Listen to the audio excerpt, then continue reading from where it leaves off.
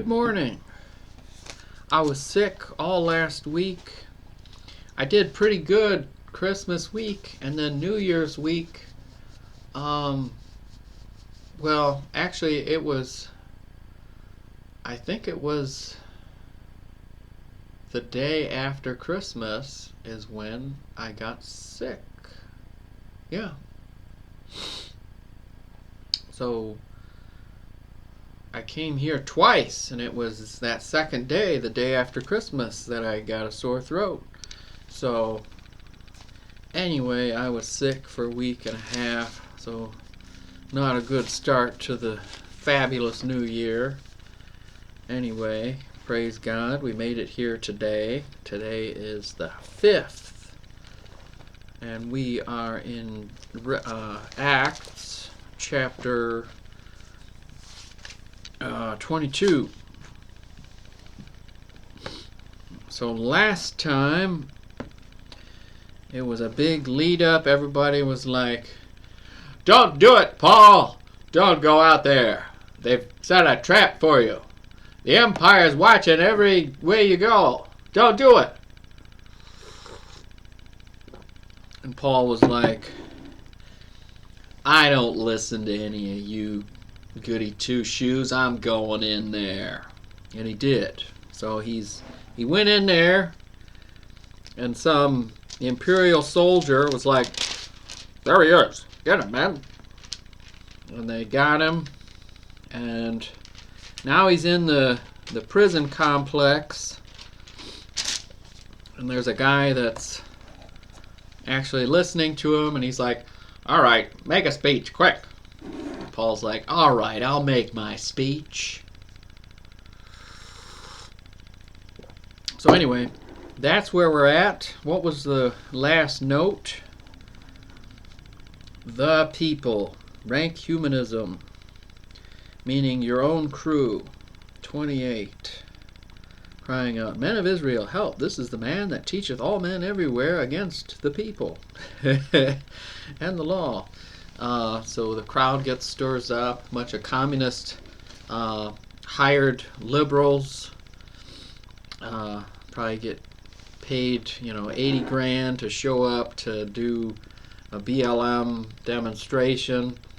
And Paul's just standing there talking about the love of God. They say, "He's speaking hate. Get him!" So now he's been arrested. These idiots have caused the stormtroopers to arrest him, and now he's about to go speak to the next, the warden or the governor or the city, the next administrator.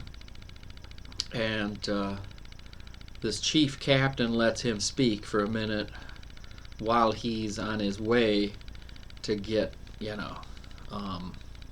processed in the system, So anyway, that's where we are in chapter 22 of Acts. Let's read it. Pretty long chapter. Let's read it. 22, verse 1. "Men, brethren, and fathers, hear ye my defense, which I make now unto you."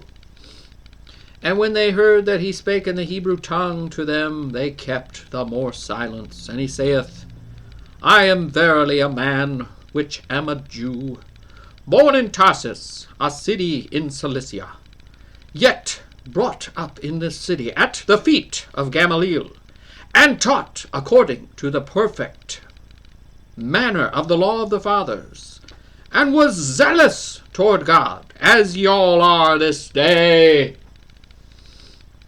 And I persecuted this way unto the death, binding and delivering into prisons both men and women. As also the high priest doth bear me witness, and all the estate of the elders, from whom also I received letters unto the brethren, and went to Damascus to bring them which were there bound unto Jerusalem for to be punished. And it came to pass that as I made my journey, and was come nigh unto Damascus about noon, suddenly there shone from heaven a great light round about me. And I fell unto the ground, and heard a voice saying unto me, Saul, Saul, why persecutest thou me? And I answered, Who art thou, Lord? And he said unto me, I am Jesus of Nazareth, whom thou persecutest. And they that were with me saw indeed the light, and were afraid, but they heard not the voice of him that spake to me. And I said, What shall I do, Lord? And the Lord said unto me, Arise, and go into Damascus, and there it shall be told thee of all things which are appointed for thee to do. And when I could not see for the glory of that light, being led by the hand of them that were with me, I came into Damascus. And one Ananias, a devout man according to the law, having a good report of all the Jews which dwelt there, came unto me, and stood, and said unto me, Brother Saul, receive thy sight. And the same hour I looked up upon him.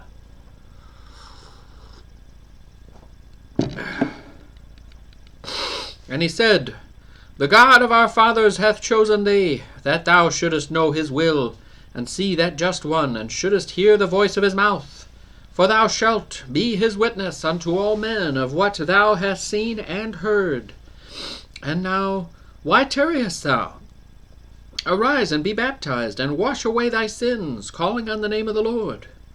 And it came to pass that when I was come again to Jerusalem, even while I prayed in the temple, I was in a trance, and saw him saying unto me, Make haste, and get thee quickly out of Jerusalem, for they will not receive thy testimony concerning me. And I said, Lord, they know that I imprisoned and beat in every synagogue them that believed on thee. And when the blood of thy martyr Stephen was shed, I also was standing by, and consenting unto his death, and kept the raiment of them that slew him. And he said unto me, Depart, for I will send thee far hence unto the Gentiles. And they gave him audience unto this word, and then lifted up their voices, and said, Away with such a fellow from the earth, for it is not fit that he should live. And as they cried out, and cast off their clothes, and threw dust into the air, the chief captain commanded him to be brought into the castle, and bade that he should be examined by scourging, that he might know wherefore they cried so against him. And as they bound him with thongs, Paul said unto the centurion that stood by, Is it lawful for you to scourge a man that is Roman and uncondemned? When the centurion heard that, he went and told the chief captain, saying, Take heed what thou doest, for this man is a Roman. Then the chief captain came and said unto him, Tell me, art thou a Roman? He said, Yea. And the chief captain answered, With a great sum obtained I this freedom. Sorry, let's repeat that. And the chief captain answered, With a great sum obtained I this freedom. And Paul said, But I was born free. Then straightway they departed from him which should have examined him. And the chief captain also was afraid, after he knew that he was a Roman, and because he had bound him. On the morrow, because he would have known the certainty wherefore he was accused of the Jews, he loosed him from his bands, and commanded the chief priests and all their council to appear, and brought Paul down, and set him before them.